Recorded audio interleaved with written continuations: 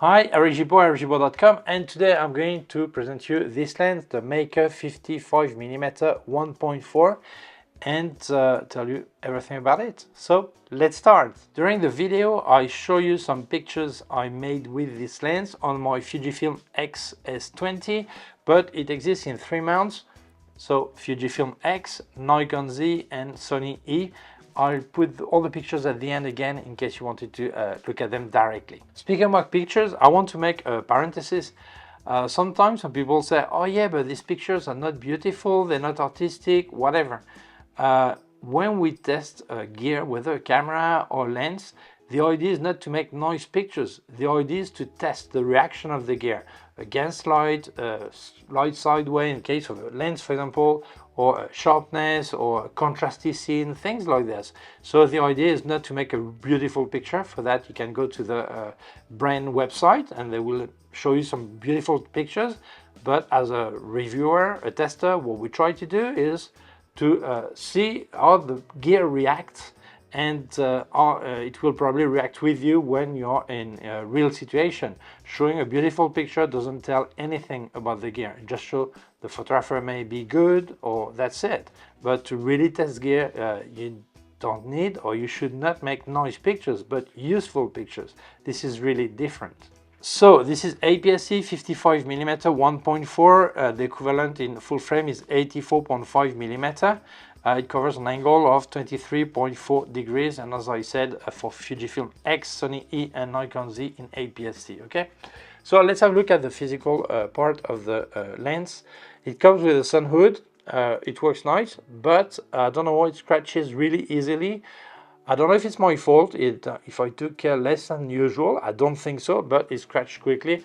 Doesn't matter in the way that it doesn't affect the image quality, but if yours scratches rapidly, well, that could be the reason. I don't know why, but the good point is they give you the sun hood with it, so that's a good point. If we look at the lens, the front element has a filter diameter of 52mm. If we look at the body, it's mixed of metal and plastic. Really nice build. Here you have a focusing ring, a manual focusing ring if you want to focus manually, and here you have a switch for autofocus or manual focus. So depending on what you do, you pick either. Here you have the aperture ring that goes from 1.4 to f16. You have nice click. It's a nice texture on the ring. It's metal, this ring, and it's in third increment from 1.4 to f16. And you also have the A for automatic aperture.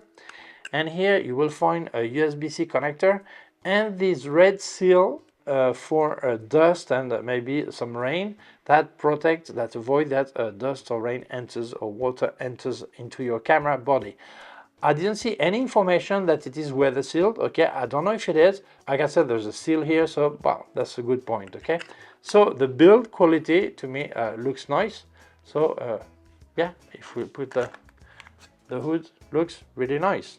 Some technical data. As I said, is autofocus. The minimum focusing distance is 61 centimeters.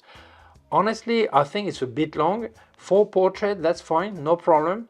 But if it was a bit shorter, right now I'll show you some pictures of flowers. That would be great if it was like 30 or 40 centimeters, because you could also use it as a proxy lens.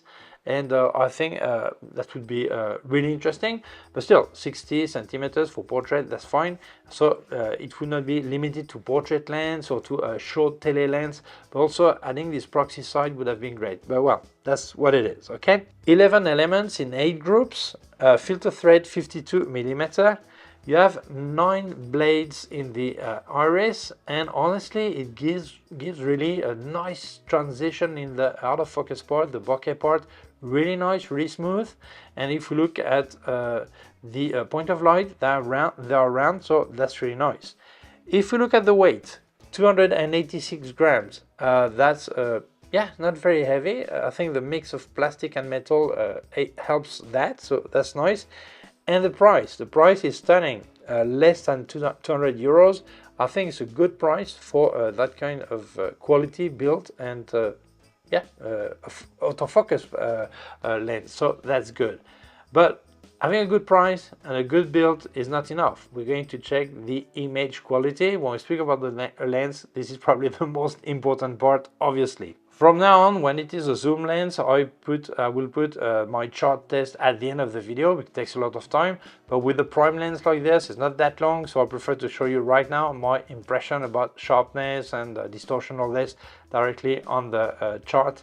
So let's have a look at it. Okay, let's look at 1.4. I can see there is some vignetting, a slight distortion. Really, it's hard to see. You really not much, almost no distortion. Okay, let's look at the center, 100%. That's not bad. That's not perfect. That's not bad. Let's check the border.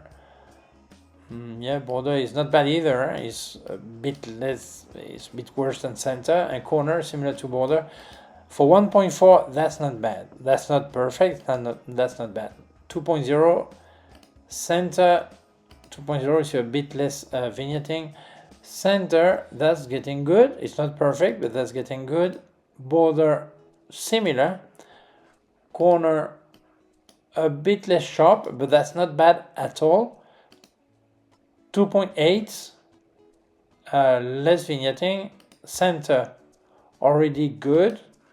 Border, really acceptable. Corners, similar to border, not bad at all. There is some chromatic aberration, okay? f4, center is perfect, border is, yeah, close to perfect, corners really good also. 5.6, a bit less sharp, so I think maybe I checked the f8 before, I think maybe there's a focusing problem, I don't know, but that looks a bit less sharp. And for f8, center looks perfect, so I think on 5.6 the focusing was not perfect, because f8 is really good. A bit of diffraction on the border, but not much. f11, center is not bad, a bit of diffraction, so we lose a bit of sharpness, but completely usable. Same thing for border and corners. Corners a bit less sharp. Let's check f16. Here we do see a loss of sharpness due to diffraction. Same thing on border and corner, obviously. Let's see field curve. At 1.4, I focus on the center. This is what we get. Let's check the border. Yeah, okay, it's a sharpness. Now let's focus on the border. We compare to center.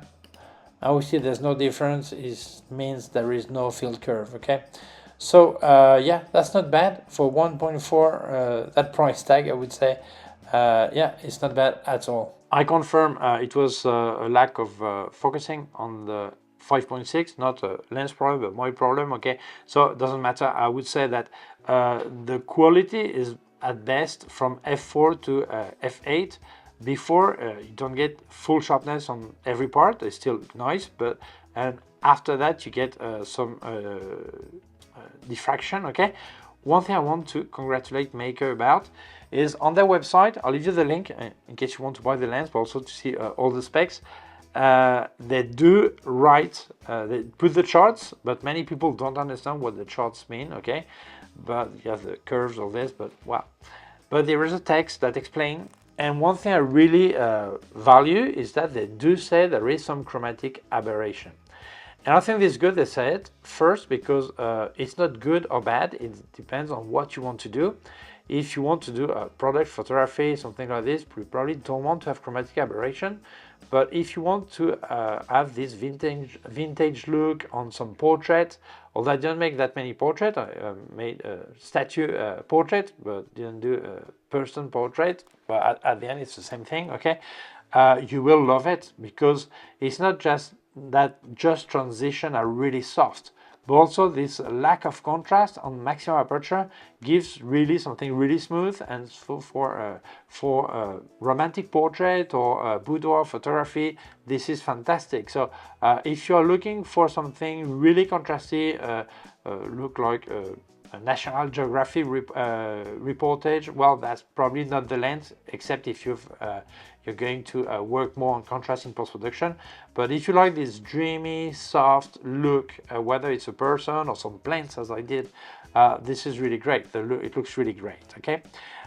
If we look at distortion, almost none, okay? There is a slight bit, but you don't actually see it. On the chart you see it, but otherwise you will not see it.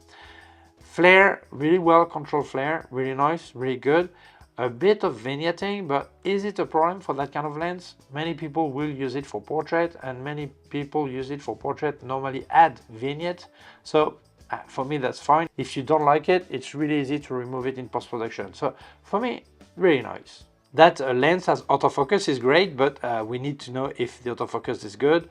Well, for me, on my XS20, the autofocus went fine even in low light, so I don't really have any complaint. It works perfectly. Honestly, I'm really happy with this lens. No, not with this lens. Yes, with this lens. I explain. Many years ago, you would speak to a photographer and he would say, well, for that thing, I like this 55 or 50 or 60, whatever millimeter lens. But for that other type of picture, I prefer this, the same focal length, that other brand or that other type, other model. It looks different and all this. And then digital era arrived and many people forgot about the differences between lenses. And they ask you for a 55mm, for example, 1.4, without asking how it looks. For them, 50mm is 50mm and that's it, or the typical 50mm 1.8, and they don't look any further. So I'm really happy about this lens, not just this one, about all these new lenses that are coming out from China, because we go back to this time when we were looking at the aspect of the results. Do I need a lot of sharpness? Or no, I don't want that much sharpness, or I like that kind of bokeh, or I don't like it, or I like this kind of point of light, and we start to analyze again the results, not the fact that it's a focal length and an aperture, and that's it. No, we have a look at how it looks at the end, okay? So for me, this lens is a fantastic lens if you want softness, low contrast, I mean, at maximum aperture. If I wanted to do some product photography, probably it's not the lens I would use. I would use another one. If I want something really with a lot of softness, noise transition, not aggressive, fantastic lens. So the good news is that these Chinese brands that are bringing these autofocus lenses to the market with a really adjusted price, it's great because you don't need to have just one 55 or 50 or 56mm. You can have 2 or 3 depending on what you want to do. So for me that's great to have a lens like this for the job you want to do. If it fits, use this one. You do something a bit different, a bit more aggressive, maybe another one. Actually, I've reviewed several on my channel, okay? So for me, what they've done is great for what I explained it is for, and the results are there. So if you're interested by the results, if you like the result this lens gives, for me, well, recommendable. I'll leave you a link in the description on where you can buy it. So thank you so much, Meike, for sending me the lens. So thank you very much for watching the video. If you feel it may interest other people, please share it on social networks. If you have not done it yet, please subscribe to our YouTube channel, the small button down here and also a small bell. If you click on the bell, get notified when I upload a new video. My website, gibaud.com. If you have any question, can leave a comment below. Also leave you links of my gear on Amazon, links of everything I reviewed by K&F Concept, Sandmarc and Flashes by Westcott, more affiliated links, and also a link to my PayPal account in case you wanted to make a donation. Thank you very much, please take care of yourself and see you soon. Bye!